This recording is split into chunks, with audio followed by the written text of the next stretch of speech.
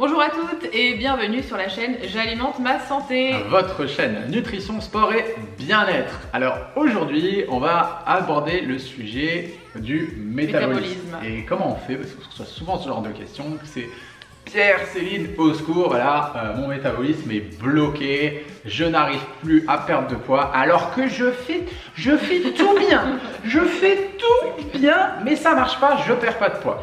Est-ce que tu vas pouvoir nous raconter tout ça? Ouais.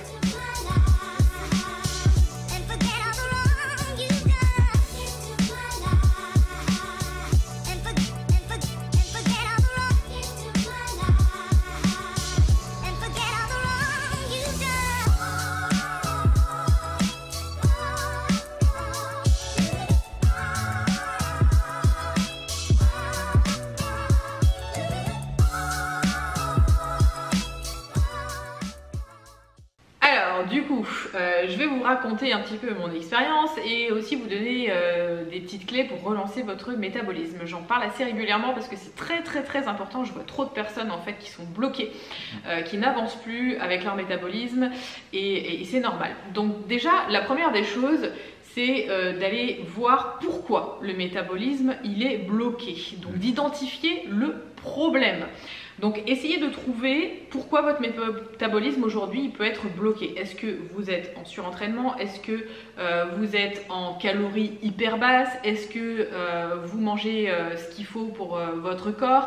Là je pense à un truc, c'est la restriction inconsciente.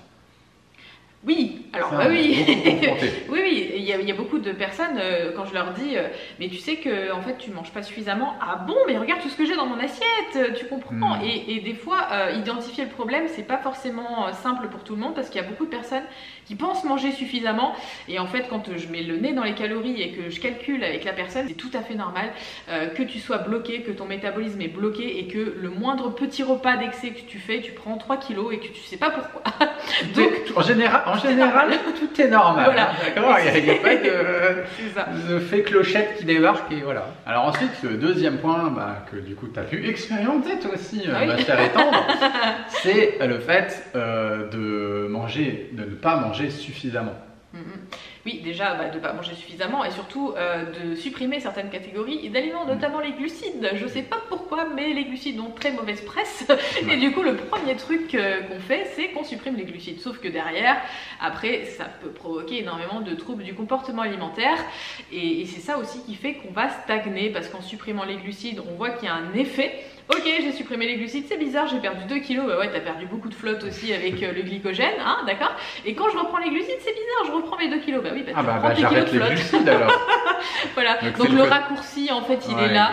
Donc faites très attention à ça parce que ça peut être problématique. Ouais, surtout que les glucides, c'est quand même un des carburants préférés de la glande thyroïde qui est vraiment aussi le chef d'orchestre de tous nos organes. Voilà, et puis de la perte de poids, etc., du métabolisme. Donc on va pas trop l'embêter avec ça parce que sinon on peut vraiment dérégler tout ça. Alors ensuite, troisièmement, ça va être de relancer le métabolisme. Donc souvent, c'est vrai que moi je refais faire un espèce de boost de calories. Donc soit on peut le faire de différentes manières. Soit on peut y aller d'un coup, tout dépend aussi à combien on est de calories déjà de base. Soit on peut y aller par palier et réaugmenter les calories jusqu'à son maintien pour que le corps puisse se relancer, se rebooster et aussi reprendre confiance.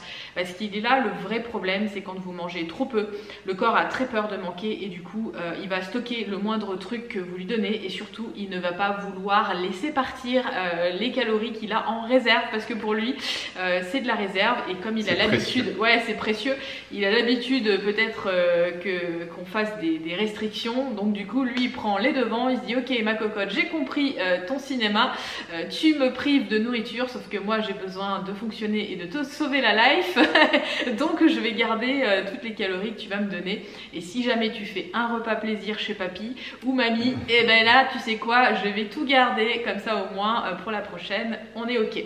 Donc c'est pour ça que c'est important de faire un reboost de calories, de remonter, de refaire un maintien et de rassurer en fait le métabolisme. Ensuite, quatrième point que je voulais qu'on voit, c'est le surentraînement. Alors ça c'est pareil, quand je disais tout à l'heure, je fais tout bien, voilà, c'est je fais un maximum de sport, je fais beaucoup de sport, je fais beaucoup de sport. Et du coup, pour perdre du poids, parce que j'ai envie de perdre du poids, et du coup, on peut facilement tomber dans le surentraînement. Alors tout de suite, je dis surentraînement. Oh, quoi, surentraînement? Mais non, je ne suis pas une athlète de haut niveau, je ne me surentraîne pas. En fait, il faut bien comprendre que le surentraînement peut arriver très rapidement quand on ne donne pas, ou en tout cas les effets du surentraînement peuvent arriver très rapidement quand on ne donne pas suffisamment de carburant à son corps. Ça peut arriver très vite. Donc déjà, rien que si on s'entraîne tous les jours de la semaine sans faire de pause, si on s'entraîne depuis des mois sans travailler de manière cyclique, alors que c'est la base de l'entraînement, de travailler avec des cycles. Quand je parle de cycle, je parle de phase de pause, de phase de récupération, etc. Et ben, on peut très facilement tomber dans du surentraînement. Donc là, le conseil que moi je pourrais donner, ce serait de s'entraîner peut-être 4 fois par semaine et de laisser 3 jours de pause dans la semaine où là, on va peut-être faire plus du yoga, de la relaxation, de la méditation et laisser vraiment le système nerveux se reposer, etc. etc.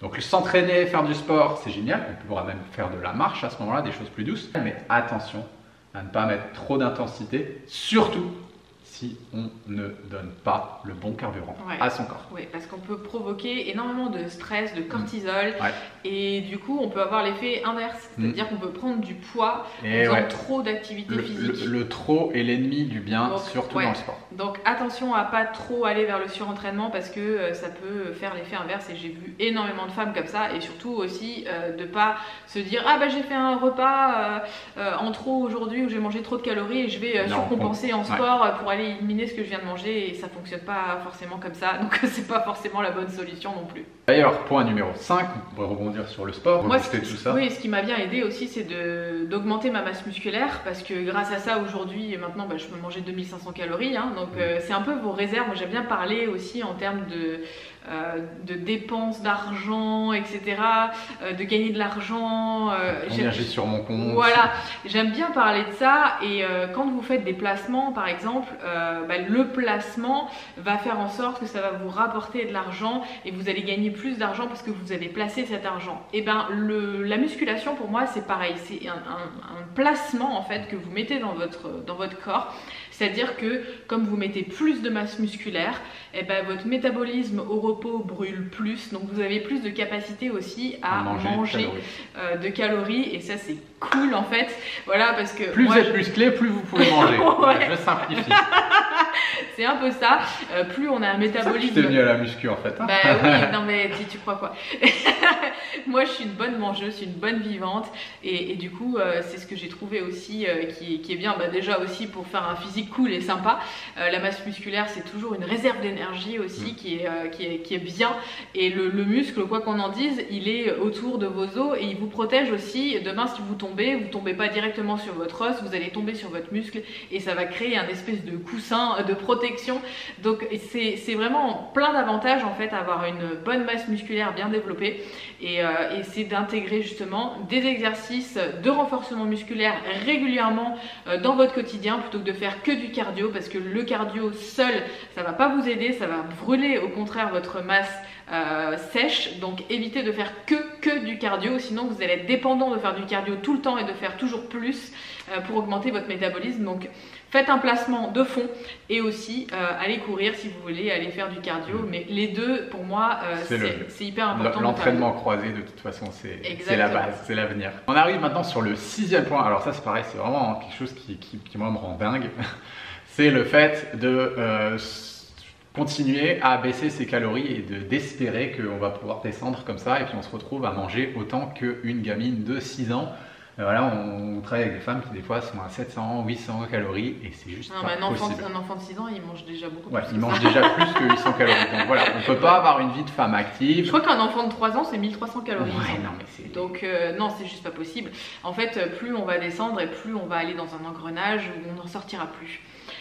Donc descendre tout le temps, manger toujours moins, sauter des repas, faire des jeûnes et machin. Il y a un moment donné, voilà, il faut stopper parce que... Non mais moi ça me rend fou en fait ce truc. Mais il se passe quoi en fait après? C'est quoi on disparaît Non mais il y a quoi comme aboutissement derrière ça? Je sais pas, mais au final, si réduire ses calories infinies ça marchait, du coup on disparaîtrait. Et ça veut dire qu'on est en déficit tout le temps, et à un moment donné, voilà, non, le corps il a quand même des systèmes de régulation. Donc en fait on fait de la on se cannibalise de l'intérieur. Voilà, quand vous réduisez vos calories, vous allez prendre du tissu, des os, des muscles, des cheveux, il va prendre tout ce qu'il y a en réserve en fait. Du coup, amener les calories nécessaires qu'il lui faut, parce que lui de toute façon il faudra qu'il fonctionne, votre corps, hein, il ne peut pas ne pas fonctionner, hein. C'est la même chose qu'une voiture. Si vous voulez qu'elle vous emmène d'un point A à un point B, il faut mettre de l'essence. Et ben le corps humain c'est la même chose, sauf que si vous restreignez comme ça votre essence, le véhicule, lui, par contre, il ne sait pas faire, mais sinon, s'il pouvait, bah, il prendrait l'eau de la voiture, l'huile de la voiture, il prendrait l'air de vos pneus et machin, et au bout d'un moment, vous n'allez plus nulle part. Hein. Donc le corps humain, lui, il est hyper intelligent dans ce sens-là. Il va réduire, en fait, tout, il va vous réduire votre envie aussi de reproduction, la libido, tout va être réduit. Et du coup, vous allez être une loque totale et vous n'allez plus pouvoir vous entraîner non plus. Et donc, vous n'allez plus pouvoir aller dépenser de la calorie et vous allez rester dans votre canapé à essayer d'attendre que de ressembler au corps que vous voyez sur Instagram. Mais non, ça marche pas comme ça. Et je sais qu'il y a beaucoup de personnes qui prônent le déficit calorique. On voit beaucoup de coachs, oui, il faut faire un déficit calorique, il faut faire un déficit calorique, il faut faire un déficit calorique avec l'alimentation, sinon on ne perd pas de poids, blablabla. Moi, je suis 100% d'accord avec ça, par rapport à ça. C'est hyper important de passer sous les capteurs du corps, vraiment à ras des capteurs du corps, pour qu'il enclenche un processus de perte de poids. Ça, c'est clair. Mais en fait, on peut faire ce déficit calorique, avec le sport, voilà, c'est déjà très bien. Et ensuite, il n'y a pas besoin de faire un gros déficit calorique avec l'alimentation. Pas besoin d'aller s'affamer. Vaut mieux faire un petit déficit calorique pour perdre du poids, mais le garder sur 1, 2, 3, 4, 5, 10 ans en fonction du poids qu'on a à perdre, plutôt que de faire un énorme déficit calorique que de toute façon, on va ne tenir que 2 mois. Et puis de toute façon, on va aller craquer, on va avoir des compulsions, on va manger des pépitos et compagnie. Et du coup, si on regarde vraiment uniquement que les chiffres, ce sera un déficit calorique qui ne fonctionnera pas parce qu'on ne sera pas en déficit calorique.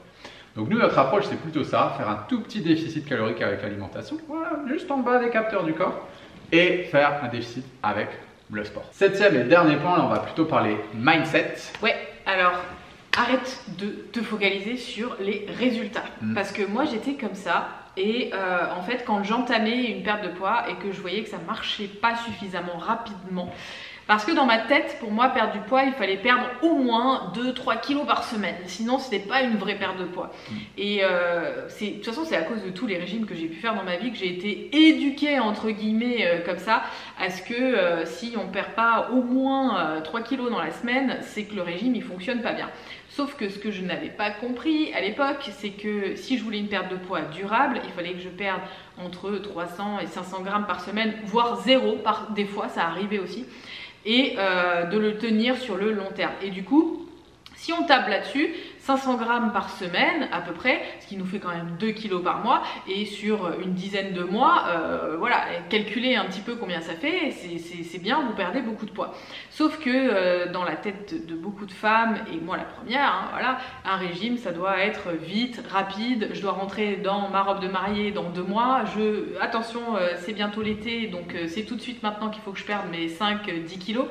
Et non, là on a bien compris en fait que sur le long terme ça ne fonctionnait pas. Et souvent on se focalise sur le résultat immédiat au lieu de se dire ok, je mets les pas un après l'autre, je monte les marches, je fais ce qu'il faut et j'attends et je suis patiente, parce que si on se focalise sur le résultat tout de suite et qu'on se pèse tous les jours et qu'on se mesure sans arrêt, on va perdre complètement confiance, on va dire ça marche pas. C'est pas motivant. C'est pas motivant. Ouais, oui, il y a un côté, je comprends, hein, il y a un côté qui est pas motivant parce que c'est hyper ingrat, parce qu'on fait plein d'efforts et les résultats on les voit pas. Sauf que moi la plupart du temps, je ne fais pas peser les personnes, je fais mesurer. Parce que j'ai beaucoup de personnes dans le programme qui, au bout de 2, 3, 4 semaines, me disent « j'ai pas perdu 1 gramme Céline ». Et quand je leur dis « mais regarde combien de centimètres tu as perdu », c'est génial pour moi, c'est fabuleux. Ça veut dire que tu as pris de la masse musculaire et que tu as perdu de la masse grasse, ou que tu as perdu aussi du gonflement, de l'eau, de la rétention d'eau, etc. et qui n'est pas forcément visible sur une balance. Et ça, c'est hyper important. Donc attention de ne pas se focaliser sur des choses non essentielles comme la balance par exemple. Voilà, je pense qu'on a fait le tour par rapport à comment rebooster son métabolisme quand on a l'impression de tout faire bien et qu'on ne perd pas de poids. Donc là, on a beaucoup parlé de nutrition, on a beaucoup parlé d'activité physique. Voilà, nous, on a vraiment pris conscience que c'était pas tout, que ça faisait pas tout et que bien souvent, il y avait les émotions, l'état d'esprit qui venaient jouer des... Ça peut bloquer aussi. Qui bloquaient les choses et qui venaient parfois jouer des vilains tours dans un processus de perte de poids. Tout ça, on l'explique, on va donner dans les prochains jours une conférence en ligne et tout ça, on va l'expliquer dans cette conférence. Pour vous inscrire, c'est super simple. Il suffit de, voilà, tout est dans le descriptif de la vidéo, de vous inscrire et puis on se retrouve à ce moment-là. En attendant, nous on vous envoie plein de positifs et on vous dit à bientôt. Ciao, ciao.